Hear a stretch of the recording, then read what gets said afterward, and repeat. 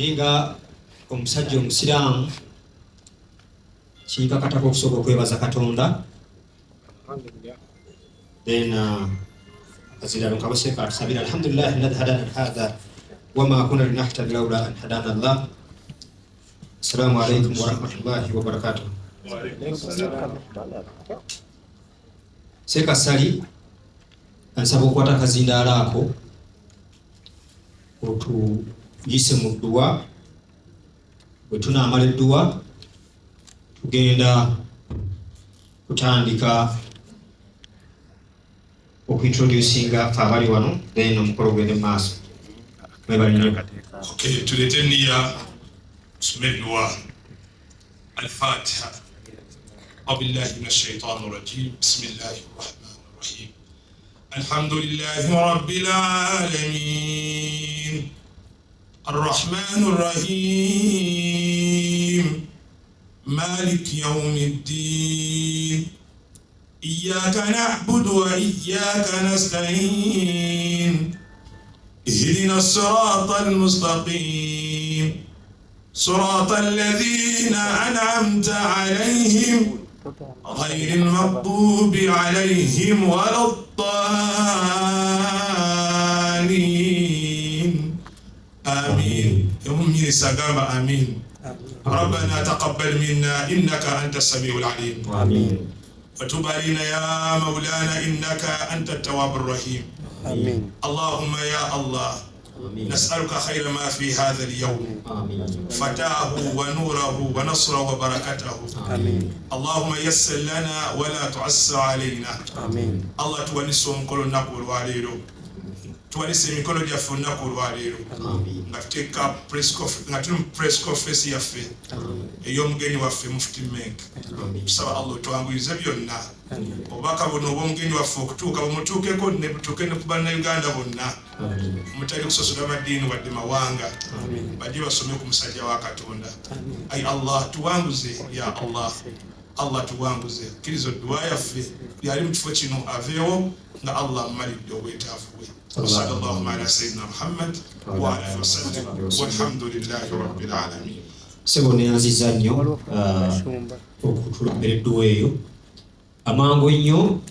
Nsaba kubategeeza bannamawulire n'abantu mwenna nti olunaku lwaleero lwaki tuli wano, tuli olw'okuba nti nno mufti menk yakkiriza okuddamu tukyalirako mu ggwanga lya Uganda, ate Allah n'amutuwa mu kiseera ekituufu ekyokuba tugenda tuyingira ibaada yaffe ya Ramadani ennaku ndooza 10 okuva kati, ate zikyawera na kuwera.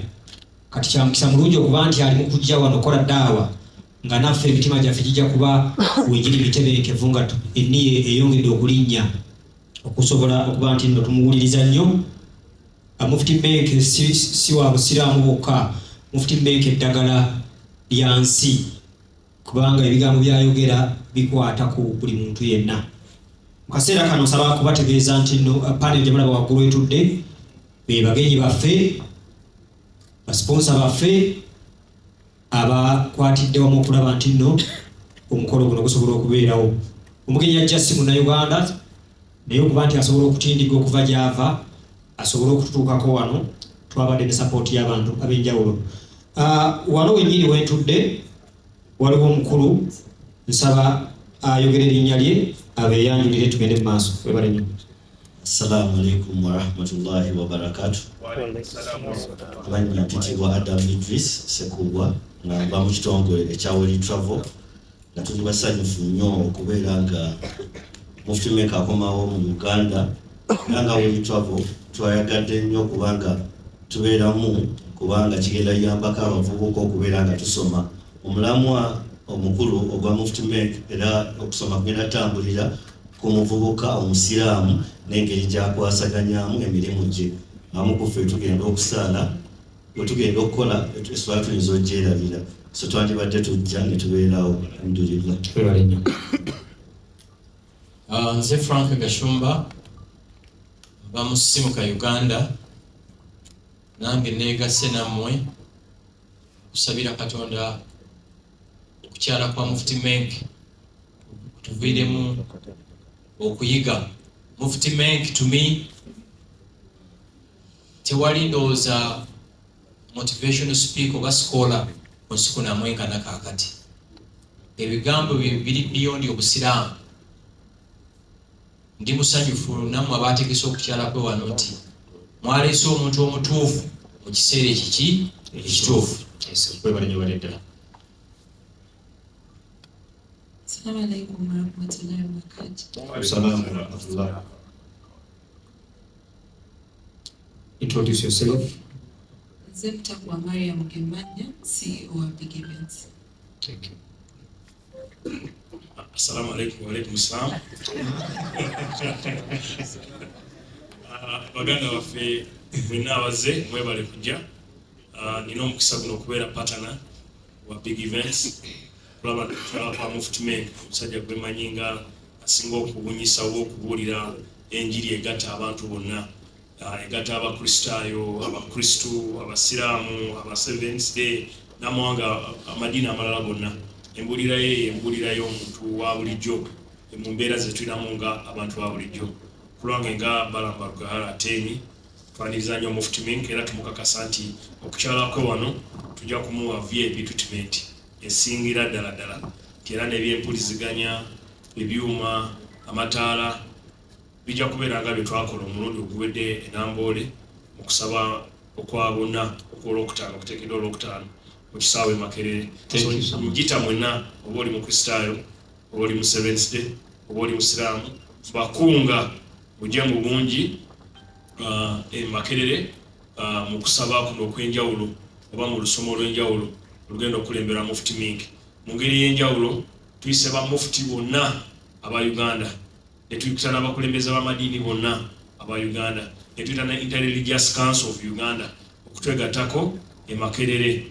Kuno okusala kugenda kubeera kwa muzaŋŋanda oba kwa mugatta abantu kye tuyise united prayer for everyone. Is praying for change, praying for peace, praying for unity, praying for love. That is the motive of his visit to Uganda. Welcome you, Mufti, to Uganda once again. Thank you so much. Assalamu alaikum wa rahmatullahi wa barakatuh. Assalamu warahmatullahi. Tusanyuse okubeera wano n'aba media mwenna mwebale okubeerawo. Yenze Muhammad Ali Aluma, Chikirira Uganda Muslim Supreme Council as the mother body of all Muslims in this country. At the same time, Interreligious Council of Uganda, Egatta amadini fonna mu Uganda. Tusanyuse okubeera wano nammwe era mobilization egenda mu maaso tujja kwogerako. This is just introduction. Thank you. Assalamu alaikum wa rahmatullahi wa barakatuh. Assalamu warahmatullahi. Amanya nze Sheikh Zubadu Abdallah Sari Katumba kulw'abavubuka abasiraamu n'abasiraamu bonna nga tukwatagana ne Big Events bakiikiridde okubeera nga nkunga buli bavubuka bonna n'abasiraamu bonna n'abatali basiraamu bonna ali eyo nga muvubuka mwana bawala bato abaana abato abavubuka envumbulo mujje tusome musajja wa Allah gyali ajja omuweereza wa umma gyali ajja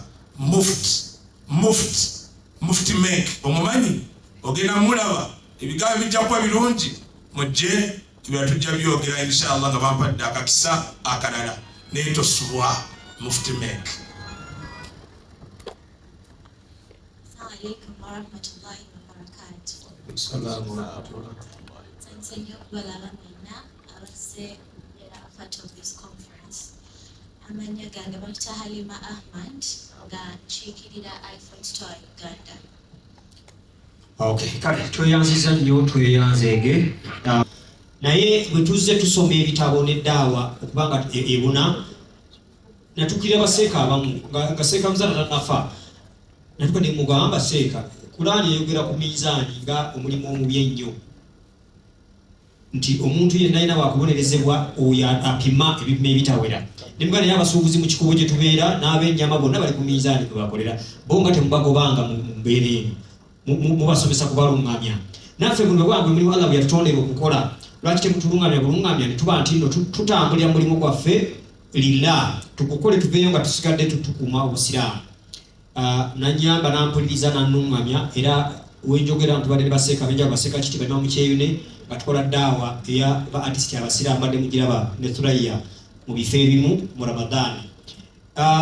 Ojja n'osanga nti abasiraamu wali omusiraamu amanyi Kulaani nnyo bamuyita Dakisikate, naye ebikolwa bye bya art afaanana ng'omuntu comedian bw'ayambala gomesi y'abawala naye nga musajja, kati ye brandinga nga mutamiivu naye nga musiraamu.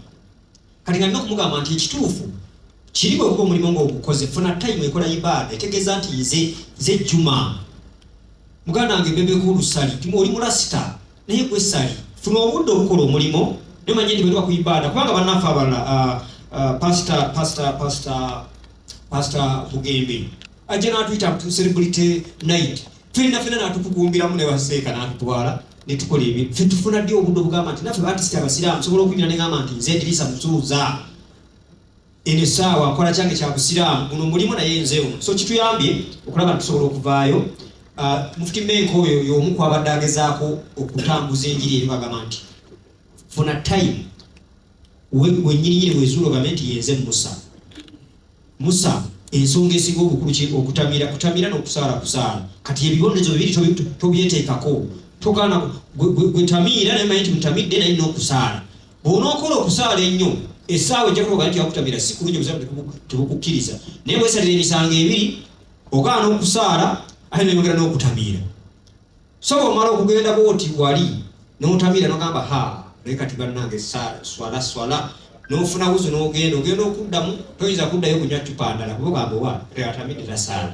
So mu mbeera eyo tugezaako kuba nti tulunganya bannaffe nti twekyeyo gye tuli tubeere faanu, tubeere okay n'okubeera abasiraamu ba artist, kijja tuyamba. Essaawa zino nsaba omuzira lugenda kuddayo wankulu Balamu mwana president wange, nsaba okutuusa obubaka obujje no nga bwe mwakoze partnership ne lunaku olwokutaano ojja kubeera mu Juma era mu kusoma okw'enjawulo okugatta abakkiriza bonna nga tugenda kubeera mu kisaawe kya rugby e Makerere. Wetutegese tenti ennene ezisobola okutuuza abantu 5,000.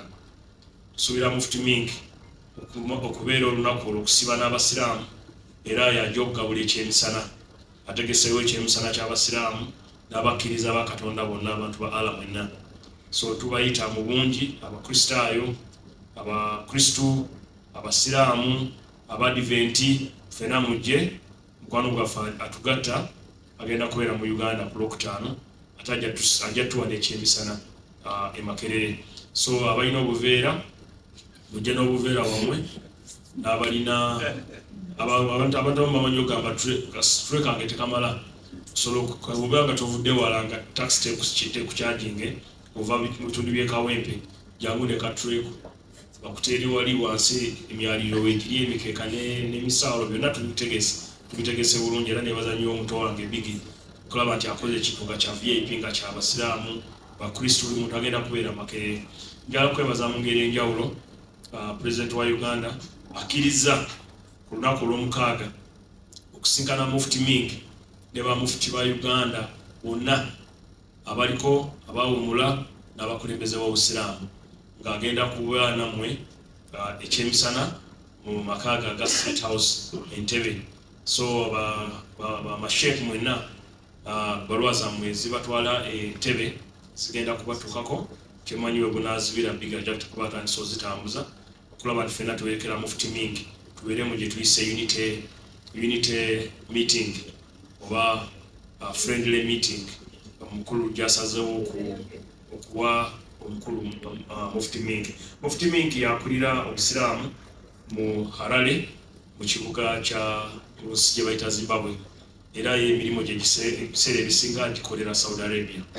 Is a scholar, yasoma ebyobusiraamu ate abuulira enjiri egatta abantu bonna. So ku lunaku olw'omukaaga tutegeseewo VIP dinner egenda kubeera wano mu Serena munda mu kisenge ekyo kyemulaba. Tugenda tutegeka dina eyo nga si abambuto nnene bokka naye n'ab'embuto ntono baanirizibwa. Emiwendo tugikoze nga giri friendly era ssente zinaava mu dina eyo zigenda kulabirira ebibiina oba amasomero ag'obusiraamu n'abantu abatali bulungi betuyisa okubayisa mu nnaku eza Ramadhan. So okujja kwe tuterekera abasiraamu ekisibo kyammwe ekikulu ekigenda otandika mu bbanga eritali ddene okuva lwana kutandika mu wiki eyenda. Yes, so tutegese nti abantu tebalya mmere makerere ku Lwokutaano lwokka, bwemaba baze makerere kubanga ente ezisoba ddala 20 zituweereddwa abakwano baffe abamandera komite ya Turkish community nga bakulembeddwa Turkish ambassador His Excellency batuwadde ente tuwezezza kati ente 20. So nsuubira atalya nnyama ojja kulya mulokoni, abatalya mulokoni olwo munabadde ne mukwano wange n'angamba actually yabadde gashumba yagambye zisirya nnyama naye ndya ennyaanya eziri mu kibumba newunyiza gashumba bannange namutabe kiki ti ennyaanya ezibeera mu kibumba nzirya naye ennyama zikola ki zitagirya. So mu abatalya nnyama nga mwami gashumba ekibumba mujja kukirya. So tubaaniriza mujje bannamawulire guno mulimu gwammwe ku luno si bya kalakata oba live wire oba nya ku luno tuli ku mulamu okuzimba emitima gy'abantu. Ensi eno Uganda eyonoonese, abantu buli lunaku okeera ku mawulire kuwulira bubi ate tebabba siringi 10 owulira milioni 5 milioni 3 bilioni 6 bilioni kati tufuneko enjiri y'omuntu akkiriza mu osanga bano abasajja abasiraamu n'abalokole wampulira nnyo Pastor Serwada ng'ayogera, Pastor Kayanja ng'ayogera, Pastor Brother Roni ng'ayogera, omusumba wesaze kule lye Kampala ng'ayogera, kitaffe mu Katonda Kazimba Mugalo ng'ayogera, Dr. Kazimba Mugalo. So mpulira so n'omusiraamu naye ajje yeegatteko. Eni n'entalo ezitagwa mu basiraamu mu bakristaayo ezentalo tulina nsonga lwaki tukola ki tulwana. So omusajja wa Katonda kajje atuwulire twekube mu kifuba tulabe nti Uganda ebeeremu obubbi bugende tusabire obubbi ndowooza nja kutujja kumusaba nga yakatuka entebe tikati essala yesinga ebeere yakusabira bubbi abantu ababba sente za gavumenti kyabasinziirako okusinga ababba sente za gavumenti tuyambe kati ndowooza mufti menk we kusaba kwange nga balamu akkiririza mu mwoyo gwa ggwanga oba patriotism. That is what I want him to do for us. Otherwise twaniriza nnyo mufti menk ate kulwa tegesi bina tubayita emeza tusigazaawo emeza 20 bwemba muli eyo nga mulaba emeza tugisede ya milioni 5 tiketi ya ntwalo 15 naye ku 15 oyinako obufe eveeno line ya Serena mugimanyi eva wano paka eri bigambo ogenda okuvaawo gwe ng'ayagala okulya obulya emmereyo ojja kulya yasatu kuba olwo bano basemyekozo nga bo bateekamu obuguma n'atwala omuntu bubiri n'atirula walimbu ye mwami gashumba n'alaga nti VIP kati mwe abagala okulya mwami ndawusi ani mwena bannaffe mwena mujje sasola 15 ojje weerire ekimere then ekimere ojja kuba osumagira waggulu eno mu katebe nga mufti menk abuulira. So mujje mwena ku lunaku lwa 6 mujje tuyige mujje tusome mujje tulungamye emitima gyaffe mujje twetereze. Kale sebo webale nnyo bale 2 Kagamonya 13/79 ate nenkubiriza n'abakyala nti the fact that Women's Day yanga 8 mwena tubakuwola gye muli mujje tube ne mufti menk abakyala naffe tweyagale. Women's Day yaffe eryawo celebrations eryawo inshallah tubalinze obalaba. kale ekyongerezebwako amataali ge gagenda okubaaniriza oba oyingira wali tuteesewo red carpet yeyo mufti kwatambulira abamufuti bonna kwe bagenda okuyita kati gwana atafune ku mpeera tugenda mu dhikiri tugenda kutwawo amataali wabweru awo tugenda kunyenya amataali ate n'abemakere kyekimu. Okay. Yes. Thank you so much. Islam abalokole abakatoliki abaprotestant ono tajiridde basiraamu ajiridde bannayuganda. So mbakubiriza mubeerere makerere ne ku mikolo ginaabeera ku Serena wano mujje temujjirira kyakulya kyokka mujjirire n'ebigambo. All over the world kati tulaakinga abantu abatubulira ebigambo ebituzaamu amaanyi n'otugaidinga. si mukambwe ng'ayogera nze waliwo bamasheeka aboogera ne nzijako TV na mukambwe nnyo abogola atiisatiisa era nze omuntu yekka ayogera nenga nti oba nsiramuke ye mufti menk oyo. He is very very good. So mbasaba mujje Makerere tusaale ffenna, mujje ku Serena. Ku luno temujja na byabufuzi. Bw'anaamala okuva mu Uganda nga buli omu addayo kuki mu nkondo ye. Temujja na mawanga, temujja na madiini, mujje ne kye bayita an open heart. Ye musajja asinga okulabwa ku TikTok now, Facebook, Twitter, Instagram n'ebirala. Namwe bamaama babeera everywhere nga muli obulamu, ku luno mumuzeemu mukole ki? Mujje. He's an inspiration. Musajja, he is very very good. Ne bw'omutunulako akwagaza eddiini, ne bw'omutunulako akwagaza ki? Eddiini. So mbakubiriza mwenna Christians all over Uganda, turning up in big numbers. Tomorrow coming bakita bateno summit ebaddeyo batugamba tuseke si bwe kiri apuluna ensiko zigenda kube zijja kujja zokka. Mwebale nnyo. Okay, thank you so much.